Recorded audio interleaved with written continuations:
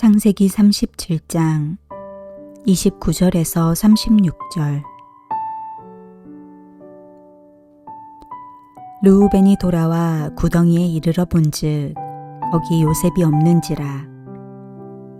옷을 찢고 아우들에게로 되돌아와서 이르되 아이가 없도다. 나는 어디로 갈까?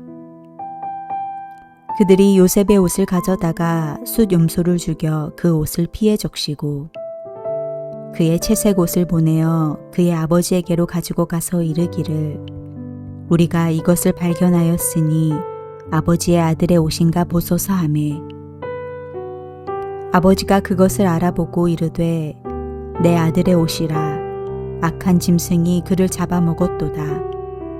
요셉이 분명히 찢겼도다 하고 자기 옷을 찢고 굵은 배로 허리를 묶고 오래도록 그의 아들을 위하여 애통하니 그의 모든 자녀가 위로하되 그가 그 위로를 받지 아니하여 이르되 내가 슬퍼하며 스올로 내려가 아들에게로 가리라 하고 그의 아버지가 그를 위하여 울었더라.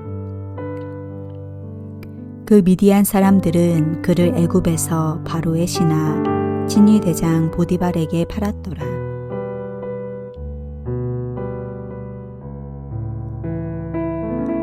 야곱은 형 에서와 외삼촌 라반의 위협에서 무사히 벗어났지만 아직도 그의 삶은 고통에 끝나지 않았습니다. 이제 그를 고통스럽게 만드는 요인은 그 자신의 욕심이 아니라 오히려 아들들이었습니다. 하지만 그 원인이 야곱 자신에게도 있었음을 부정할 수는 없습니다. 하나님의 은혜에도 불구하고 그의 이기적인 성격은 변함이 없었고 이런 이기적인 성격 때문에 상처받았던 아내들과 자녀들에게 누적된 서운함은 결국 끔찍한 범죄로 이어지게 됩니다. 야곱의 아들들은 눈에 가시 같던 요셉을 잡아 구덩이에 집어넣었습니다. 하지만 어떻게 처리할지 아직 결정하지 못하고 음식을 먹던 중에 마침 애굽으로 가는 상인들을 만나게 됩니다. 그래서 유다가 제안을 합니다. 요셉을 죽이지 말고 상인들에게 팔아버리자라고 말합니다. 여기서 한 가지 살펴볼 수 있는 것은 요셉을 죽여버리자는 1차 합의는 합계했지만 두 가지 처리 방법이 나온다는 것입니다. 하나는 르우벤의 처리 방식이었고 또 하나는 유다의 처리 방식입니다. 르우벤은 어떻게 하든 시간이 지난 다음에 요셉을 살려내려는 처리 방식이었고 유다의 방식은 팔아버리려는 처리 방식인데 결국 유다의 것으로 결정됩니다. 형제들은 거기에 동의했고 결국 요셉은 은 20개에 팔려가게 됩니다. 참으로 억울한 고난이고 기막힌 운명이 아닐 수 없습니다. 우리는 가끔 이런 현신들을 신실한 그리스도인들에게서 많이 볼 수 있습니다. 우리 주위에는 이해할 수 없는 억울한 일들이 줄줄이 있을 때가 많습니다. 르우벤이 돌아와서 구덩이를 보니 요셉은 이미 팔려가고 없었습니다. 르우벤은 통곡합니다. 하지만 이미 요셉은 팔려간 뒤였습니다. 아마도 형제들 사이의 리더십이 유다에게로 넘어가 버린 것 같습니다. 이렇게 된 데에는 르우벤이 아버지의 침상에 올라간 죄가 그 원인이 되어 지도력을 잃어버린 것도 한 이유가 되는 것 같습니다. 동생 요셉을 팔아버린 10명의 형제들이 이제 아버지 야곱을 속일 계획을 세웁니다. 그들은 요셉의 옷을 취하고 수염소를 죽여서 그 피로 옷을 적신 후에 그 채색 옷을 아버지 야곱에게 가져갑니다. 그들은 입을 열어 아버지 야곱에게 이렇게 말합니다. 우리가 이것을 얻었으니 아버지의 아들의 옷인지 아닌지 보시옵소서.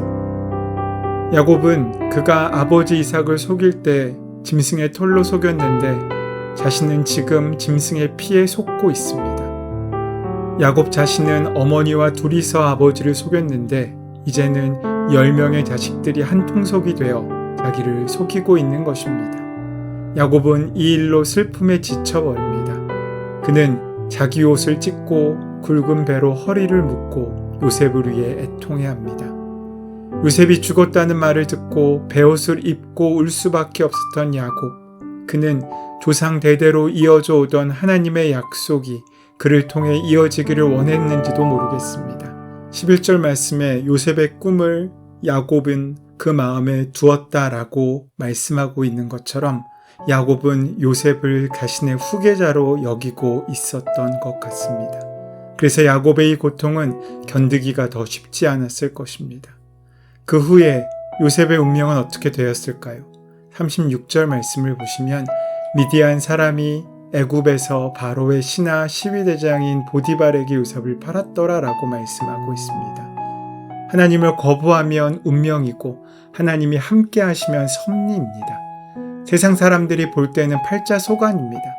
그러나 하나님의 눈으로 보면 숨겨진 비밀입니다. 놀라운 것은 요셉이 팔려갔는데 하필이면 애굽의 시위대장 집으로 팔려간 것입니다.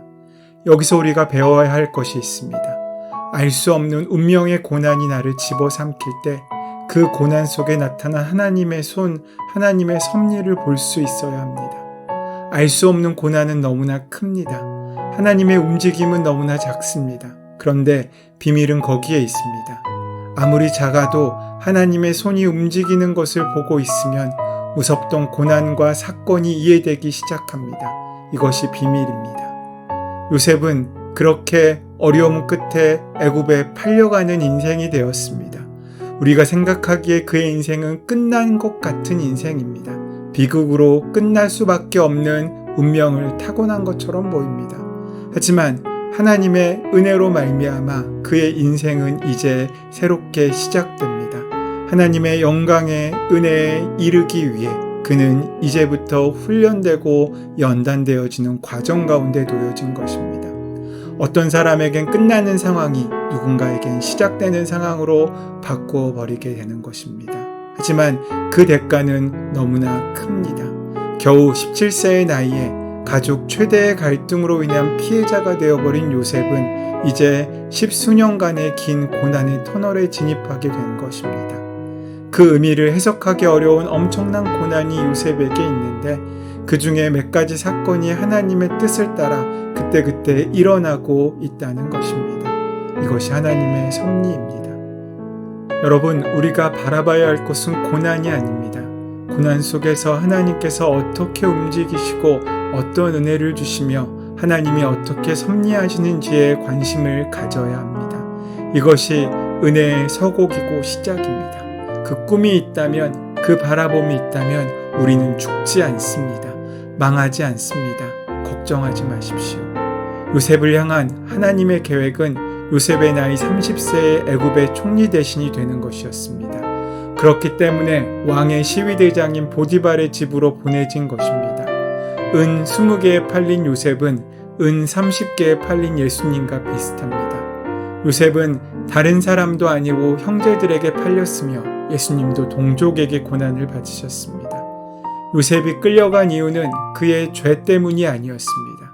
오히려 이 기간을 통하여 하나님께서는 요셉을 훈련시키셨습니다. 우리가 죄 때문에 고통당하는 경우도 있겠지만 그 외의 경우라면 훈련으로 받아들이고 성실히 임해야 합니다. 그 이유와 목적이 무엇인지 분명히 바라보고 나아갈 때 우리는 고난 가운데 넘어지지 않고 일어나 승리함으로 하나님의 꿈과 열매를 맺고 누릴 수 있게 된다는 것입니다. 요셉이 이 훈련의 기간을 잘 참아낼 수 있었던 까닭은 그가 그 마음 가운데 하나님의 꿈을 품고 있었기 때문입니다. 하나님의 꿈은 이런 고통 가운데 다가옵니다. 기억하십시오. 하나님의 꿈을 품은 사람은 고통 가운데 있다고 하더라도 건디며 기다릴 수 있습니다. 그렇지 않으면 꿈은 그저 꿈으로 끝나버립니다. 불평과 불만을 일삼고 쉬운 길만 찾아다니면서는 하나님의 경륜을, 하나님의 역사를 바라볼 수도 이룰 수도 없습니다. 이런 사람은 하나님의 꿈을 가슴에 품은 요셉을 온전히 바로 볼 수 없습니다. 요셉이 어떠한 인물이었는지, 어떠한 신앙의 사람이었는지 알 수 있습니다. 요셉에게 있어서 하나님의 꿈을 꾼다는 것은 고통 때문에 그 꿈을 포기하지 않는다는 것입니다. 오히려 고통 가운데 또 다른 내용의 고통과 아픔을 이해할 수 있게 되고 다른 사람의 상황과 형편을 헤아릴 수 있게 됩니다. 그래서 고통 속에서 오히려 꿈의 깊이와 넓이를 더 이해하고 발전시켜 나가게 됩니다. 그렇게 밑에서 위를 쳐다보는 법을 배우지 않고서 우리는 씨앗을 피워낼 수 없습니다.